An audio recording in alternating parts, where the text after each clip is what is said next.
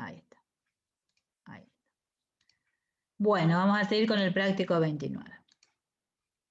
Bueno, estábamos viendo el análisis vertical y estábamos diciendo de justo la parte del activo no corriente. Y yo les estaba diciendo que si nosotros hacemos el activo no corriente sobre el total del activo, ¿qué ocurría? Aparece lo que es la inmovilización del activo. Es decir, la inmovilización del activo tiene que ver con la, digamos, cantidad de activos que son fijos con respecto al activo total. Y esto tiene que ver mucho también cuando para la capacidad de pago de la empresa. Entonces decíamos que a veces no es conveniente que haya mucho activo inmovilizado, pero eso depende de la actividad de la empresa. Hay empresas, como por ejemplo empresas de transporte, o sea que son empresas de servicio, que requieren de bienes importantes para poder prestar el servicio, entonces ahí va a haber mayor grado de inmovilización. Que hay otras empresas industriales muy altamente tecnificadas que también van a tener mayor grado de inmovilización. Que una empresa comercial común de venta de mercaderías más la actividad comercial, o alguna de servicio que sea altamente intensiva en mano de obra, va a tener menos cantidad de activos fijos. ¿Sí? Es porque decíamos que esa relación vertical se podía sacar algunos ratios o índices. Entonces, bueno, si nosotros hacemos el activo no corriente sobre el total del activo, tenemos un índice que es el grado de inmovilización. ¿Quedó claro eso que dije? Sí, sí. ¿Se entendió? Sí, bien. Bueno, eso fue justo que se cortó cuando estaba diciendo eso. Bien, ahora estar más atenta al tiempo. Bueno, y también de la misma manera ocurre con el pasivo. Entonces, por ejemplo, tenemos en el pasivo deudas comerciales en el 2019, 33.000, sobre el total de pasivo más patrimonio neto, que es 569.000. Entonces, si nosotros a 33.000 lo dividimos por 569.000 y lo aplicamos por el 100 para que nos dé porcentaje, eso nos va a dar 5,80, ¿sí? De porcentaje. Y los 40.000 del 2018 dividido 386.000 por 100 nos daría 10,36 el porcentaje. Otras deudas serían 110.000, hasta acá, dividido 569.000. Y eso nos da el 19,33%. Y en el otro caso sería 150.000 dividido 386.000, da el 38,86%. Norma, una pregunta. Sí, decime. Vos ahí lo dividís por el total del activo, del pasivo más el patrimonio neto, porque Sí. tenés que ver en función de las deudas totales, con los propietarios y con terceros, digamos. Claro, porque es financiación total, propia y ajena. Siempre lo hacemos sobre el total, para que tenga la misma base, como hacemos sobre el total del activo, el total del activo que es igual al pasivo más el patrimonio neto. Por eso lo hacemos sobre el total. Y si nosotros acá, fíjense, queremos ver total del pasivo, supongamos tenemos en este caso total del pasivo es 143.000 pesos, ¿sí? Acá no está separado en el total del pasivo, ¿no? Pero si yo digo total del pasivo, como acá tenemos, dividido el total de pasivo más patrimonio neto, que es 569.000, me da 25,13. Ese sería el total del pasivo, sobre total de pasivo más patrimonio neto, ¿sí? O sea que el 25% es el endeudamiento que está teniendo la empresa, en total. Y en el otro caso eran 190.000, porque era 40.000 más 150.000. No está hecho la suma de total de pasivo ahí. Por eso lo sumo. 190.000 dividido 386.000, que me da el 49,22%. O sea que casi ahí está financiándose mitad y mitad. Casi mitad o sea, sería el 51% con capital propio y el 49% con capital ajeno, que es el peso del pasivo sobre el total, ¿sí? ¿Quedó claro eso? ¿Qué dije?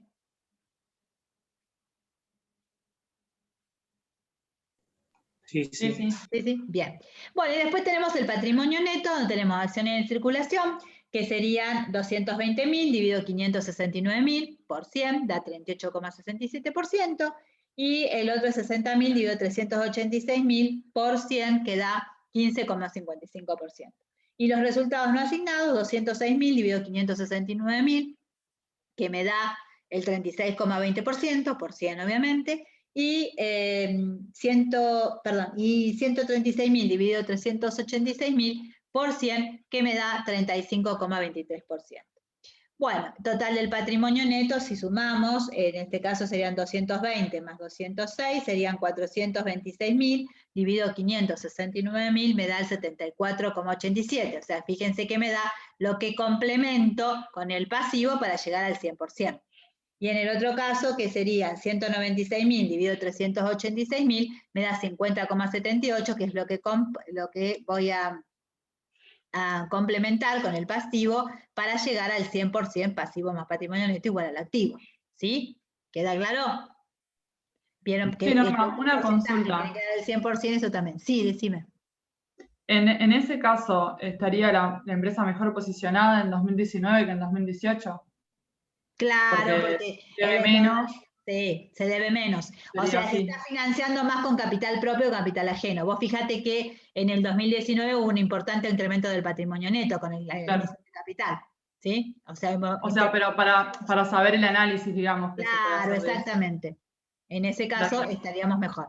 Si esto es nada más que para ver un poquito la tendencia o para ver el análisis de estructura. Y ahora cuando empezamos con los índices, a ver específicamente, estamos determinando bien cada una de las cosas. Yo estuve adelantando alguna cosita de índices acá, relacionando el pasivo con el total para saber el endeudamiento y demás, ¿sí?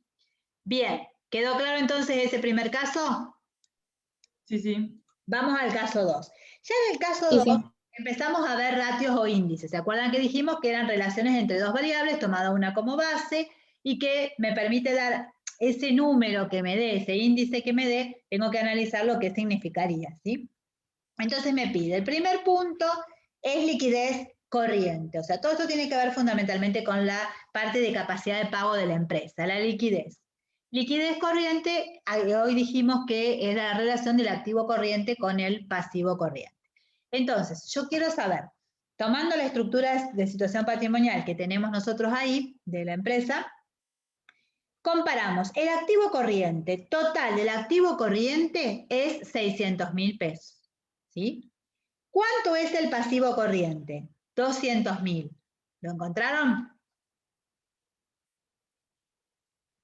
¿Los datos que estoy diciendo del enunciado? Sí, profe. Bien, entonces, ¿cómo hago yo ese índice? Relaciono activo corriente sobre pasivo corriente. 600.000 dividido 200.000. A mí el índice me da 3. ¿Qué significa 3? Que yo tengo 3 veces el activo para cubrir las deudas. O sea que no tengo ningún inconveniente de liquidez, puedo cancelar todas las deudas 3 veces. O sea, el monto de activo que tengo es 3 veces el monto de deudas que la empresa tiene. Pero ¿qué ocurre? Hoy dijimos que dentro del activo corriente yo tengo algunos rubros que son más líquidos y otros que son menos líquidos, que yo tengo que hacer un esfuerzo para poder obtener el dinero. Entre ellos están los bienes de cambio. Entonces, el otro índice que me pide es la prueba ácida, o también se llama liquidez seca. Es decir, si yo retiro del activo corriente los bienes de cambio, o sea, esas mercaderías que yo compro para vender y que no tengo seguridad de que las voy a poder vender todas y cómo las voy a poder vender dentro de ese ejercicio, si yo saco los bienes de cambio, ¿puedo seguir pagando igualmente las deudas?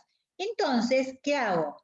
A ese activo corriente que yo tengo de 600.000, le saco lo que es bienes de cambio. Bienes de cambio es 300.000.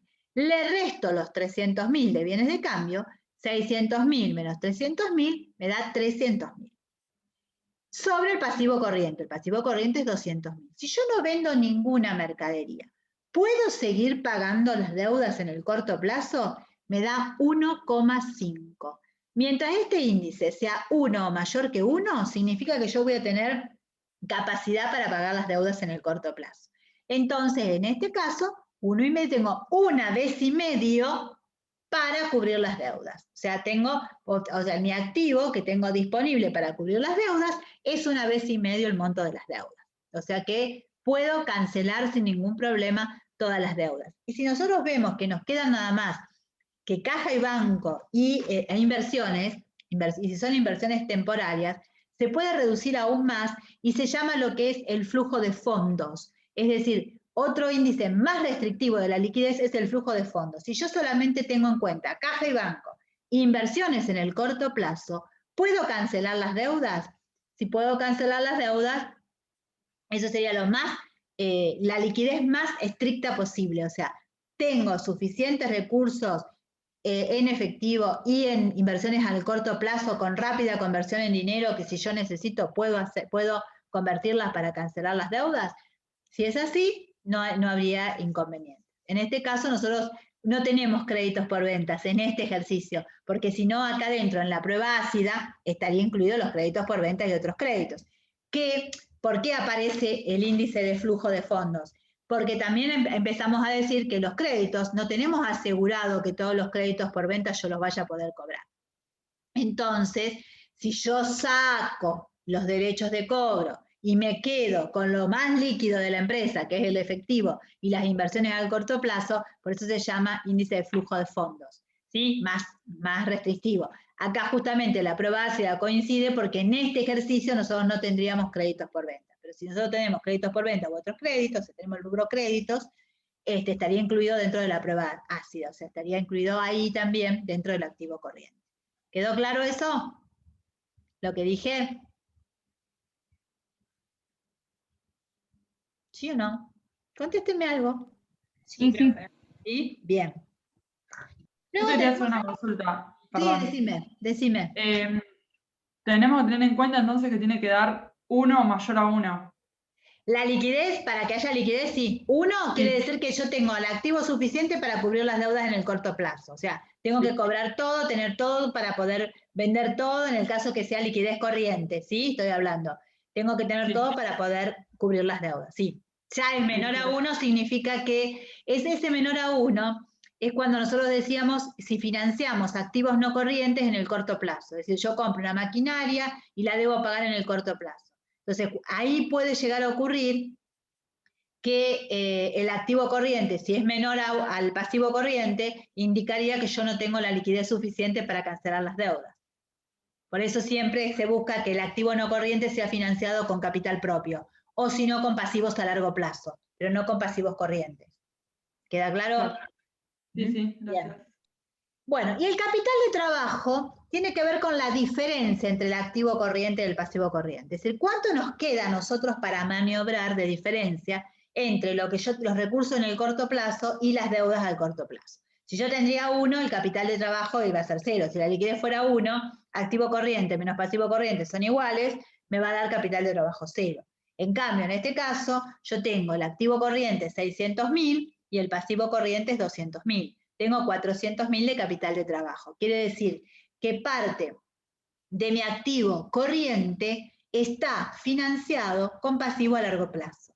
Por ejemplo, yo puedo comprar mercaderías y no con una financiación a corto plazo, sino a largo plazo. Por eso mi activo corriente es mayor a mi pasivo corriente, porque hay partes de ese activo que está financiado a largo plazo. Podemos también analizarlo desde ese punto de vista. ¿Queda claro?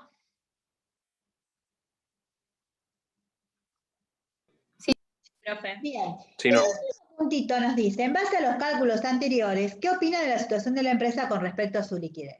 Es decir, si yo tomo en cuenta esos índices que determiné, 3 de liquidez, o en el otro caso 1,5, ahí me está indicando que la liquidez obviamente es excelente, porque yo tengo 3 veces mi activo para cubrir las deudas. Pero a veces tengo que tener en cuenta que no es necesario tener tanta liquidez.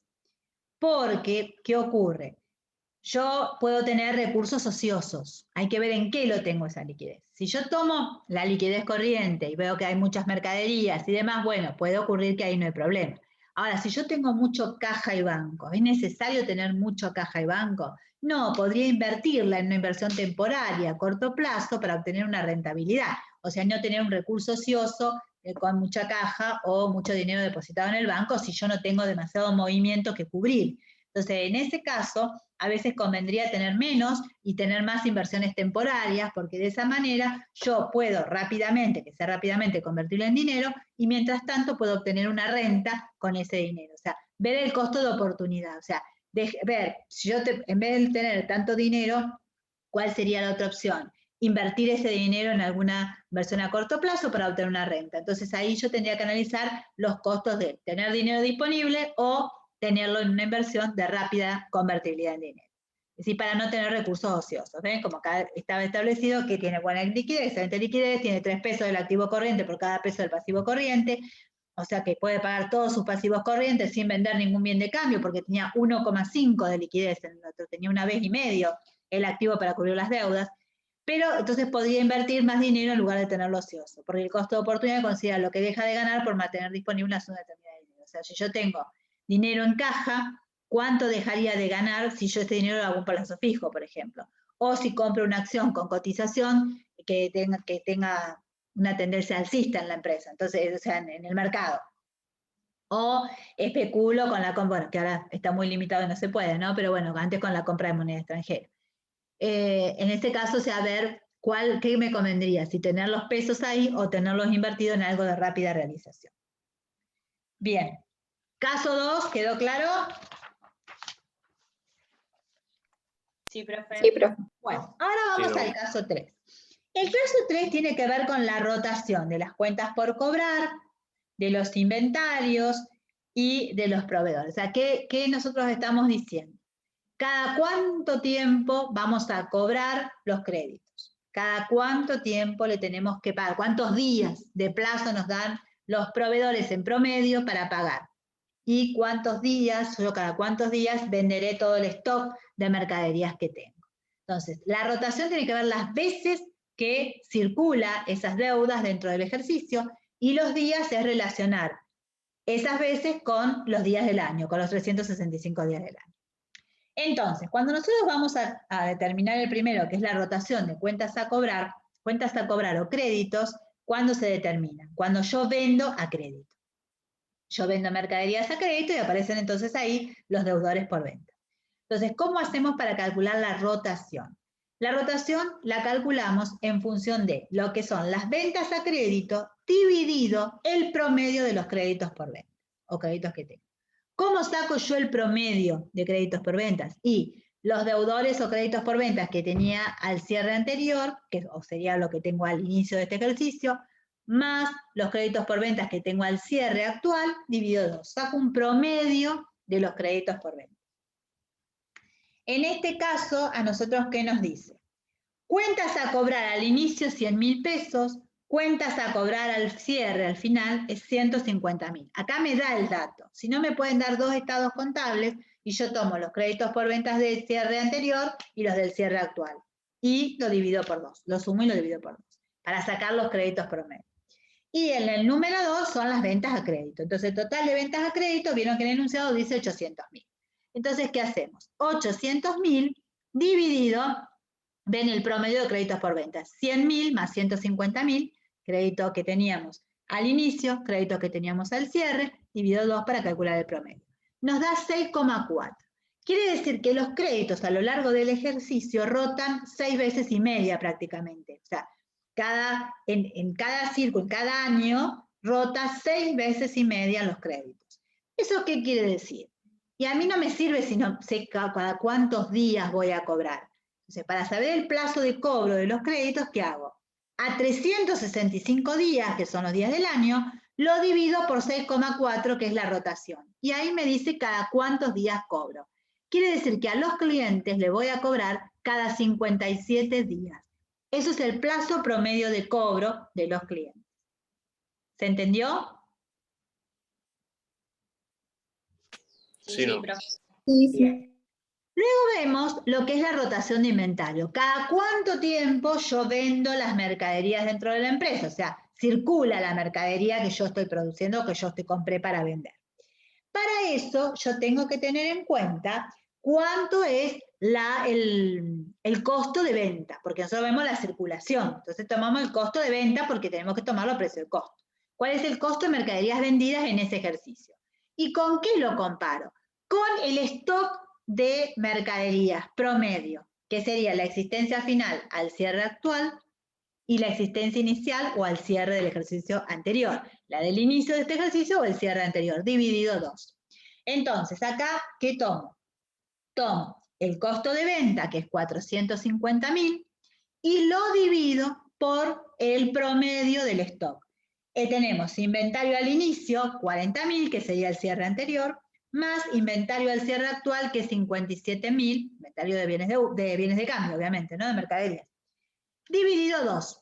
Entonces, a 450.000 lo divido por el promedio de existencia.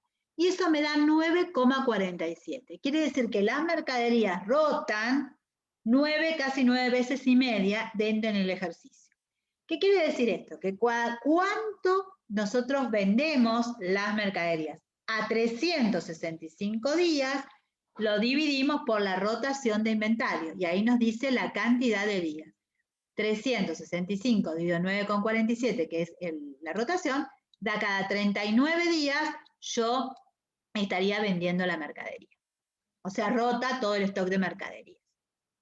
Y ahora me falta ver el plazo, cuánto le voy a pagar al proveedor.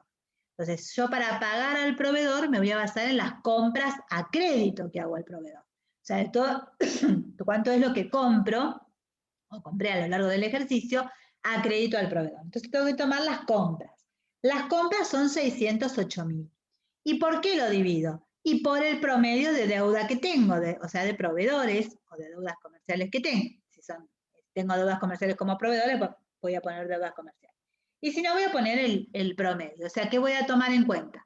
Los proveedores al cierre actual, más los proveedores del cierre anterior o del inicio de este ejercicio, dividido 2. En este caso ya me dice proveedores promedio 50.000. Por eso no tengo que hacer la cuenta de dividir por 2, porque me lo da en el enunciado, que el promedio de los proveedores es 50.000. Entonces decimos 608.000 dividido 50.000, 12,16 es la rotación. Quiere decir que 12 veces rotan los proveedores en el ejercicio. Si la rotación es 12, fíjense que es el doble de la rotación que tengo en los créditos. Cuando yo hago el cociente que cada cuántos días voy a tener que pagar al proveedor, digo 365 dividido 12,16 me da cada 30 días. Si yo veo esto, hay algo que no funciona. Yo estoy cobrando los créditos cada 57 días y le tengo que pagar al proveedor cada 30 días. ¿Estará bien esto? ¿Qué les parece? Y no. No, porque no voy a tener el dinero para poder pagarle. Si yo le voy a cobrar al cliente casi a los 60 días por poco y le voy a pagar al proveedor a los 30 días, no da, esta ecuación no da. Voy a tener que recurrir a pedir préstamo para poder pagar al proveedor. Entonces lo que yo tengo que hacer es o negociar con los proveedores, extender el plazo de pago, o bien reestructurar las ventas a crédito, ofrecer alguna ventaja para que los clientes me paguen antes, o sea, hacer alguna promoción de más de poder vender a corto plazo, cosa de bajar los días de cobro y de esa manera poder tener el dinero para pagarle al proveedor y no tener que endeudarme para pagarlo, porque si no sería un círculo vicioso. O sea, yo después tengo que recuperar esa plata para pagar el préstamo, entonces no me conviene. ¿Queda claro? ¿Se entendió? Sí, sí. Sí, sí. Bien. Fíjense que dice, acá dice, si el plazo de pago a los proveedores promedio de 30 días, ¿qué comentario les podía hacer al gerente como asesor? Y que directamente tengo que cambiar esa situación. No puedo seguir manteniendo esa situación porque no tendría dinero para poder pagarle. ¿Ven? Ahí debería modificar la política de créditos porque los clientes, esto les cobra, mira, obra, dice, le falta una C, les cobra a los 57 días y los proveedores les pagan a los 30 días. Entonces va a tener que recurrir a financiamiento de otras fuentes. Yo acá aclaré ciclo operativo y ciclo financiero, que son dos conceptos que están en el 4, en el caso 4. El ciclo operativo tiene que ver con el promedio de días que cobro con el promedio de stock.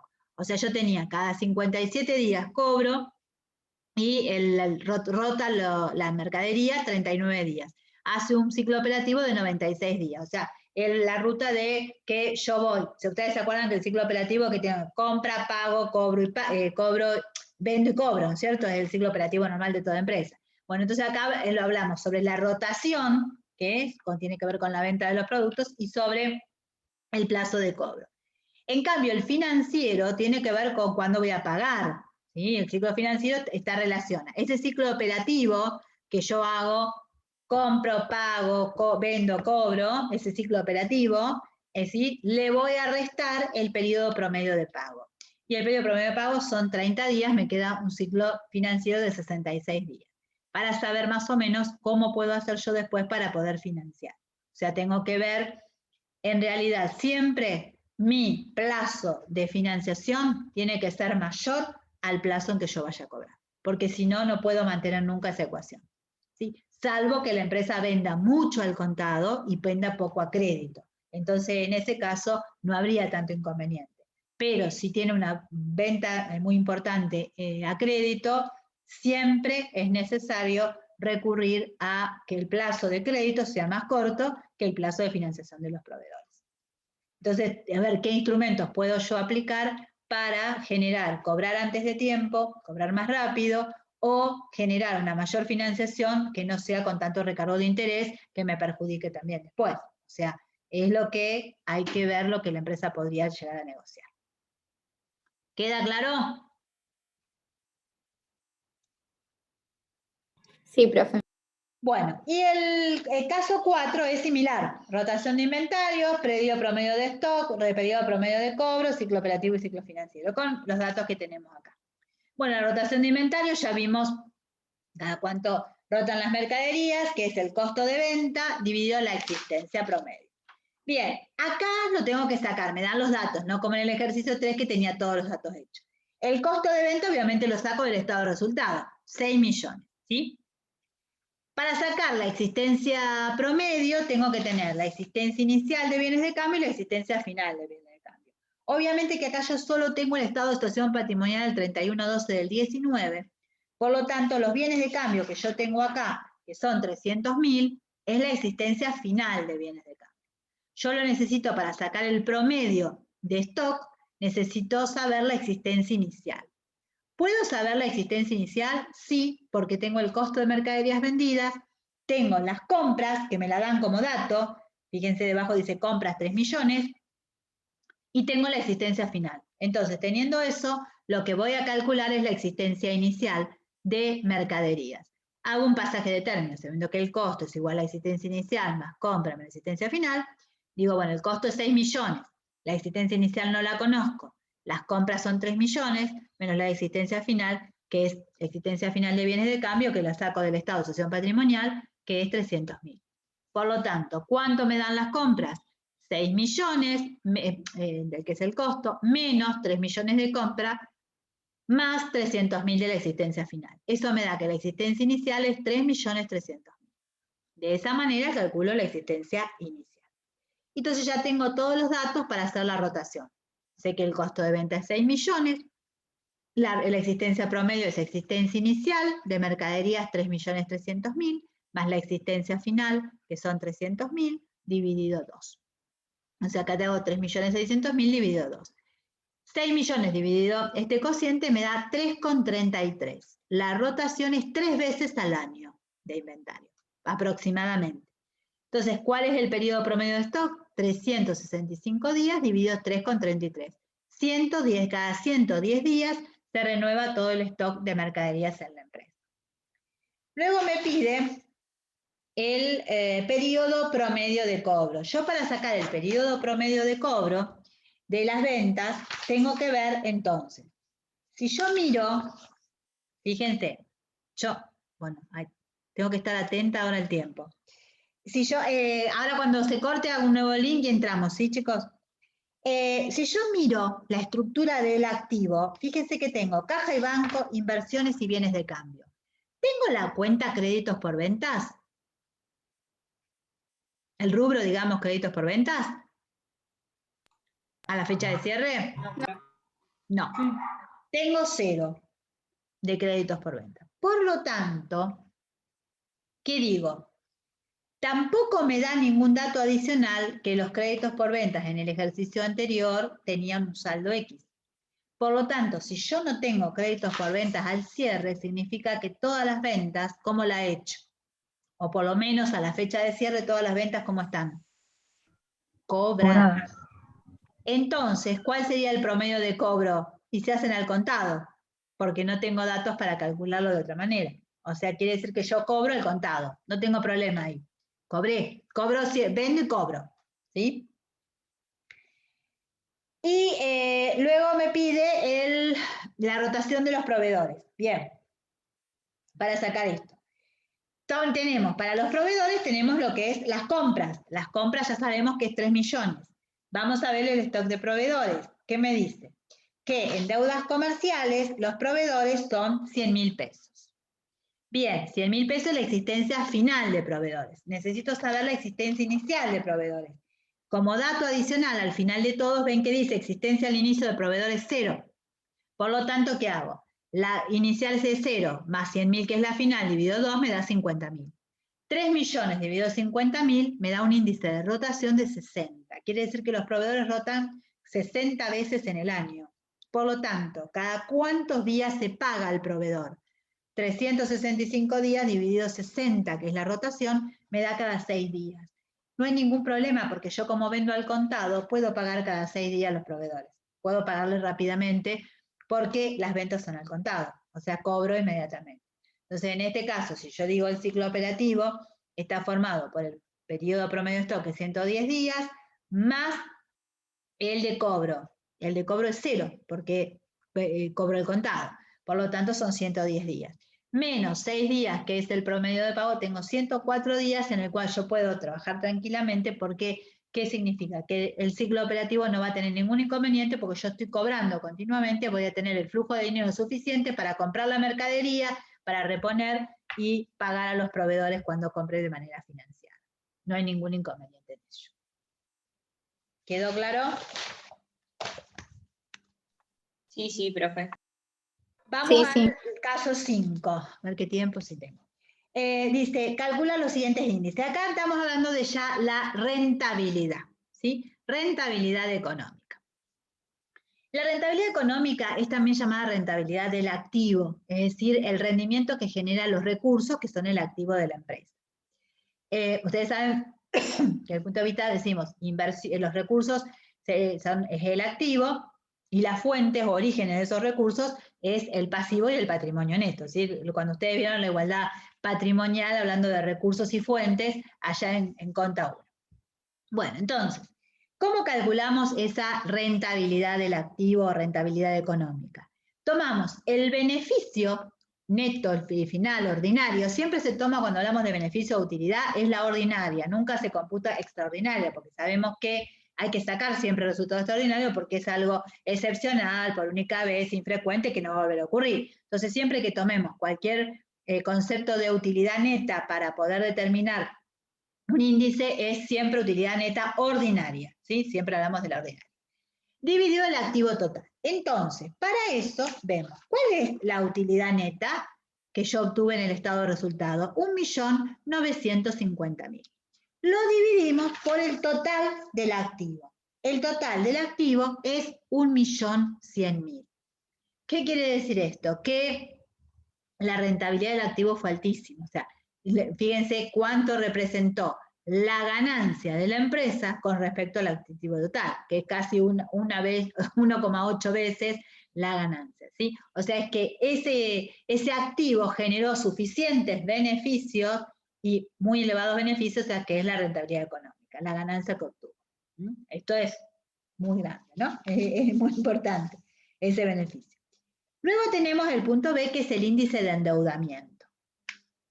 Acá, cuando hablamos del endeudamiento, ¿se acuerdan que hoy dijimos, cuando hicimos el análisis vertical, que hablamos del pasivo sobre el total, y después dijimos, eso quiere decir que financio con X porcentaje, con pasivo, con financiación ajena, y el resto se hace con financiación propia?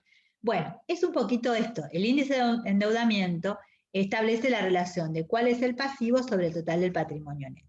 O sea, acá lo que me dé, que fíjense, yo lo puedo pasar a porcentaje, si no lo dejo como índice, esto obviamente que tiene que ser menor a 1, cuanto más chico mejor, porque si es igual a 1, quiere decir que yo financio mitad con pasivo y mitad con patrimonio propio, o sea que yo estoy bastante endeudado porque mi mitad de activo está financiado con terceros y la otra mitad solamente con capital propio. También se acuerdan que hay que ver la distribución entre el activo corriente y no corriente para financiar también. Bueno, y acá, ¿qué nos están diciendo? Que el total del pasivo en el ejercicio 5 es de 300.000. Y el total del patrimonio neto es 800.000. Entonces, si yo digo 300.000 dividido 800.000, 0,375. Si yo lo quiero pasar a porcentaje, quiere decir que el 37,5% de mis activos están financiados por pasivos, o sea, por financiación ajena. El resto es financiación propia. O sea que la empresa no está demasiado endeudada. Casi un 38% es el endeudamiento. Siempre esto de menor, tiene que dar siempre menor a 1. Cuanto más chico sea, mejor es, porque quiere decir que se financia más con capital propio que con capital ajeno. El otro índice que tenemos es el índice de inmovilización de activos, que es lo que hoy estábamos hablando de la inmovilización cuando comparábamos el activo no corriente sobre el total del activo. Fíjense, activo no corriente, 500.000, sobre total del activo, 1.100.000, 0,45. Quiere decir que el 45% del activo está inmovilizado. ¿Qué significa? Que es un activo fijo, que forma parte de la estructura de la empresa, que no es tan fácil de vender para hacerse de recursos cuando se necesita. Entonces, en este caso, es un 45%. No está mal el índice de inmovilización, de acuerdo, depende del tipo de empresa que sea, puede estar correctamente ese índice de inmovilización del activo. Luego tenemos el índice de cobertura de intereses. ¿Se acuerdan que dijimos que cuando vamos a pedir nosotros prestado o vamos a financiar, tenemos que ver cuál es el costo de ese financiamiento? El costo de ese financiamiento es el interés, ¿sí? Yo puedo establecerlo en ese costo de financiamiento relacionándolo fundamentalmente con ¿qué? Con la utilidad que tiene la empresa, para saber cuánto a mí me conviene o no, si cubre o no con la utilidad que yo tengo el costo de financiamiento. Entonces, hay una formulita donde yo voy a tomar el beneficio, la utilidad. Pero, ¿qué le tengo que sacar a esa utilidad?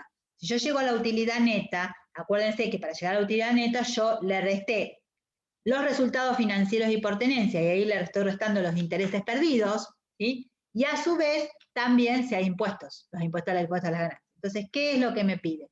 Que yo al beneficio le saque, o sea, sea antes de los intereses perdidos y del impuesto a las ganancias. O sea, yo termine cuál es la utilidad neta sin tener en cuenta los intereses y el impuesto a las ganancias que se va a pagar, para saber con cuánto es la cobertura de esos gastos de interés.